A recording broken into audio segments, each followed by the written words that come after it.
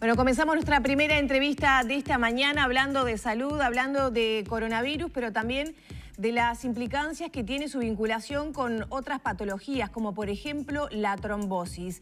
Bueno, para conocer qué situación tienen las personas que padecen trombosis y contraen COVID, es que vamos a hablar con la doctora Cecilia Guillermo, médica, profesora, coordinadora de la unidad de hemostasia y trombosis del Hospital de Clínicas y miembro de varias sociedades internacionales de hematología. Buenos días, bienvenida Arriba Gente. Buenos días, ¿qué tal? Bueno, muchas gracias por esta posibilidad. Gracias, doctora. Queremos ir conociendo un poco, ¿no? Son vinculaciones entre patologías que se vienen conociendo a medida que evoluciona esta pandemia a nivel internacional por COVID-19. Trombosis y COVID, ¿cuál es la vinculación y cómo puede afectar la evolución de una persona que contrae COVID, por ejemplo? Bueno, primero que nada me parece muy interesante hablar de la trombosis en general, porque es una enfermedad que, como tú decías, no es tan conocida como otras enfermedades a nivel de la población general, y sin embargo afecta a muchísimas personas en el mundo y también en nuestro país. Entonces me parece que para comprender, explicar un poquito que la trombosis es la formación de un coágulo que se puede formar tanto a nivel de las arterias como a nivel de las venas. Como están viendo allí, la trombosis arterial es un poquito más conocida capaz que porque es la causa de los infartos agudos de miocardio, de los accidentes cerebrovasculares, mientras que la trombosis venosa obstruye la circulación generalmente a nivel de las piernas, provocando lo que se conoce como trombosis venosa profunda, y a nivel pulmonar, justamente conocido como embolia pulmonar. La trombosis se ve favorecida por un número muy alto de factores de riesgo bastante conocidos y comunes, como es el sedentarismo, la obesidad, la inmovilización, por ejemplo, que la inmovilización típicamente afecta a los pacientes internados. A esto se agrega que los pacientes con procesos infecciosos, inflamatorios, suman riesgo para trombosis. De ahí que un paciente con COVID, ya solamente por requerir internación y además estar infectado, ya tiene un riesgo aumentado de trombosis, igual que otras enfermedades infecciosas que requieren internación, como podría ser una neumonía, una congestión, una neumonía aguda comunitaria, que ya conocemos y que ya conocemos que se complica con trombosis.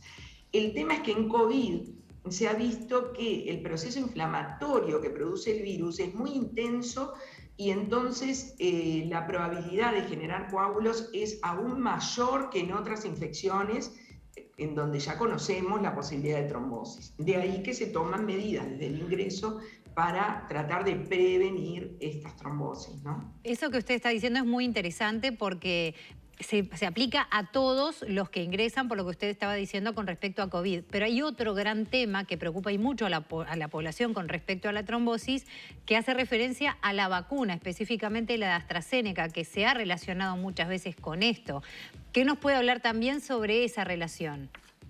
Bueno, muy bien. Es verdad, a partir del inicio de la vacunación con AstraZeneca y posteriormente con Johnson & Johnson, eso sucedió más o menos en marzo. Ustedes imagínense que creo que estamos haciendo 2 meses ahora de que conocemos este evento.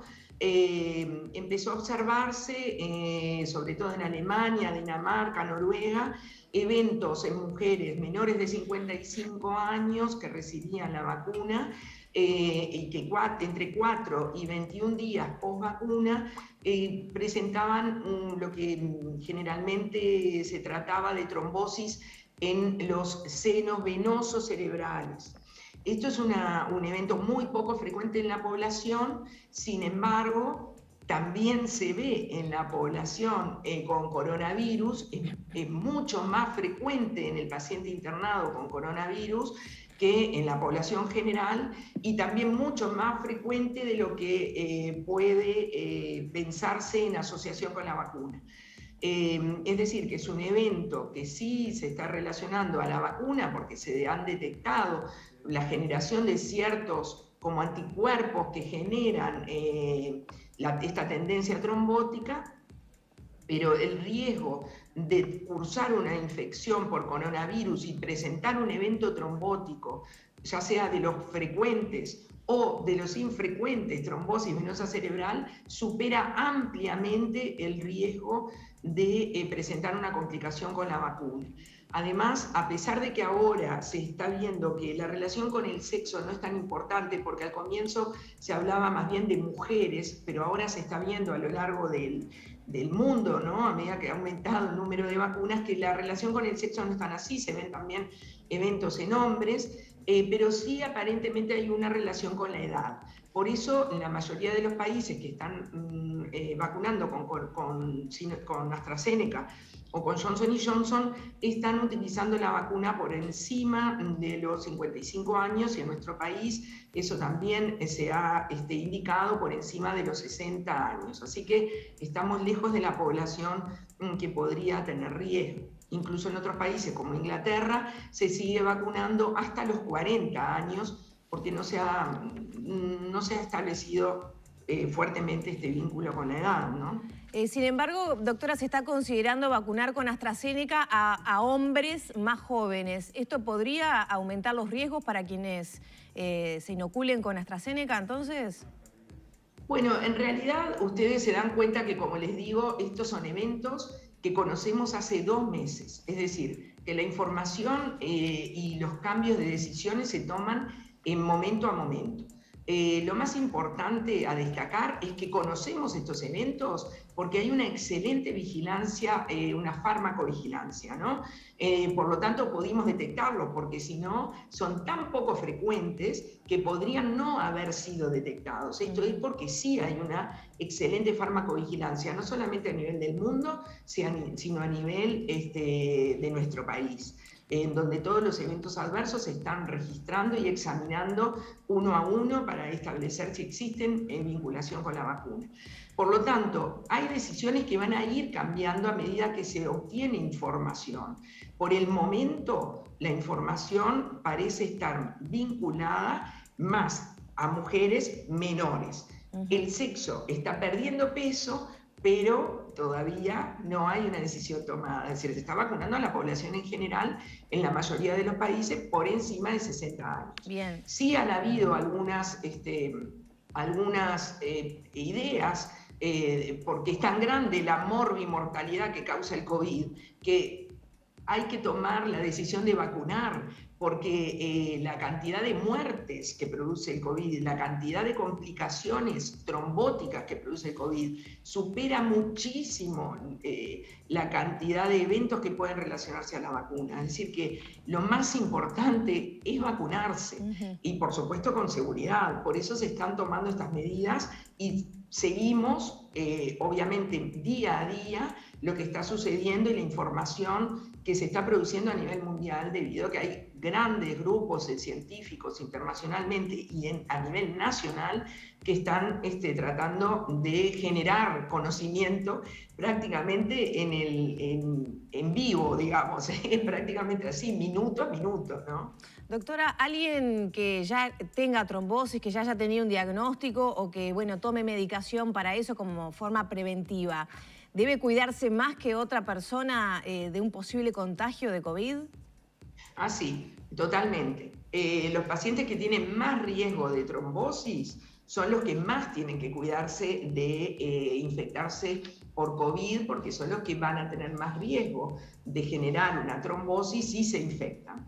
Por eso justamente no hay contraindicación para vacunarse. Nosotros además estamos vacunando con Sinovac, Pfizer. Estos pacientes tienen que ser vacunados y no hay contraindicación. Los pacientes que toman anticoagulantes, que a veces es una consulta frecuente, porque pueden tener dudas sobre, como nosotros muchas veces a los pacientes que les damos anticoagulantes indicamos que no reciban inyecciones, porque pueden generar hematomas. Esto puede llevar a confusión. pero no hay contraindicación para la vacuna. Si, por ejemplo, los pacientes que están tomando warfarina, que es un anticoagulante muy frecuente, están en control con su médico y están en un rango de anticoagulación que los pacientes conocen perfectamente, no tienen contraindicación para recibir la vacuna. Lo más que pueden pasar es que tienen que mantener un poquito más de compresión sobre la zona de la vacuna, unos minutos más, y en general no se produce ningún evento en relación a esto. Es decir, que sí tienen que vacunarse, sobre todo los pacientes que tienen más riesgo de trombosis. Claro, doctora, por lo que usted está diciendo, más allá de en particular la situación que estamos viviendo ahora del COVID-19, es una precaución que debiéramos tomar todos, siendo la alta incidencia que tiene la formación del trombo, como usted lo decía, 1 de cada 4. ¿Cuáles son los síntomas a los cuales debemos prestar atención, ya sea que estemos o no enfermos, ya sea que estemos o no vacunados, justamente para poder estar atentos a la posibilidad de estar generando uno? Exacto. Como tú decís, la trombosis es una enfermedad muy frecuente, es una enfermedad multifactorial, es compleja en realidad, y como está escrito allí, es causa de 1 de cada 4 muertes a nivel mundial. Es decir, que realmente es una enfermedad frecuente y con alta mortalidad. Entonces, me parece muy interesante la pregunta porque justamente conocer los síntomas va a hacer que uno vaya a consultar precozmente y pueda establecerse el tratamiento de inmediato. La trombosis venosa profunda a nivel de la pierna, como ustedes se pueden imaginar, como se obstruye la circulación de la sangre, se va a acumular líquido por detrás del trombo, por lo tanto la pierna se va a hinchar, se va a producir edema en esa pierna. Y es bastante notorio que es un edema de una pierna donde se produjo el trombo. Entonces es bien asimétrico, una hinchazón de la pierna que produce dolor, calor, rubor, es decir, se pone roja y generalmente no retrocede levantando la pierna, ¿no? A veces hay uno cuando, por ejemplo, en verano hay personas o que tienen varices, que se les hinchan las piernas, pero que saben que si levantan las piernas o por la noche, la hinchazón disminuye. Esta hinchazón no disminuye cambiando de posición la pierna. Cuando el trombo se va hacia los pulmones, lo que sucede es como obstruye la circulación pulmonar y disminuye la capacidad del intercambio gaseoso, lo que va a producir es una falta de aire importante, brusca. Empieza a sentir el paciente que le falta el aire, puede haber palpitaciones, puede haber dolor en el pecho y bueno, puede llegar hasta desmayarse, ¿no? Realmente la embolia pulmonar es una situación de gravedad.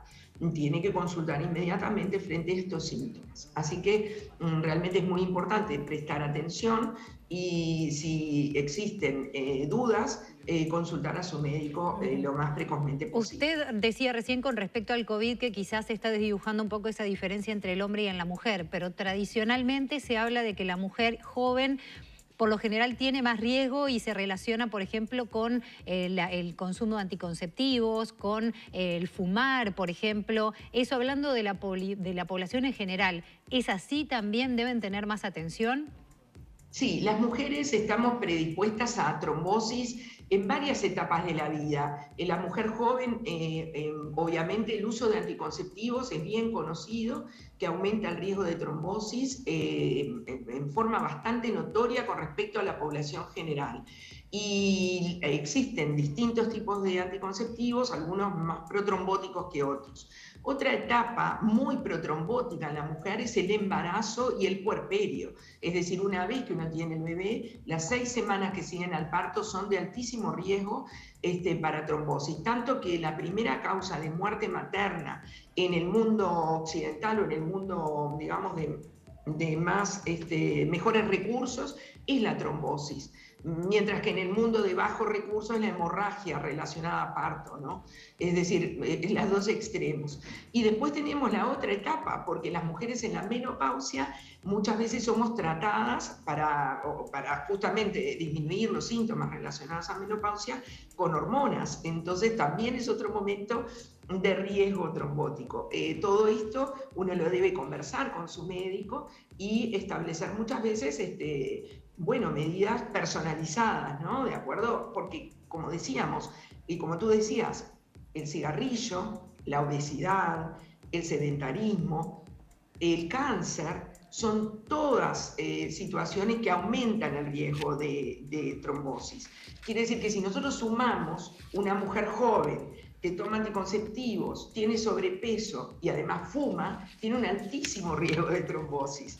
Mientras que una mujer joven que toma anticonceptivos pero no fuma y se mantiene en su peso y es activa, tiene mucho menos riesgo de trombosis. Es decir, que podemos modificar también hábitos que contribuyan a prevenir estas complicaciones. Bien, doctora, muchísimas gracias por estos minutos con Arriba Gente. Muchas gracias a ustedes y a las órdenes. Que pasen muy bien. Bueno, hablábamos entonces con la doctora Cecilia Guillermo sobre la trombosis y también su vinculación con la situación de pandemia y con casos de COVID, que bueno, ahí es una combinación poco deseable, ¿no? Justamente porque el COVID también provoca un aumento de la posible aparición de trombos. Cerramos por aquí entonces la entrevista con la doctora.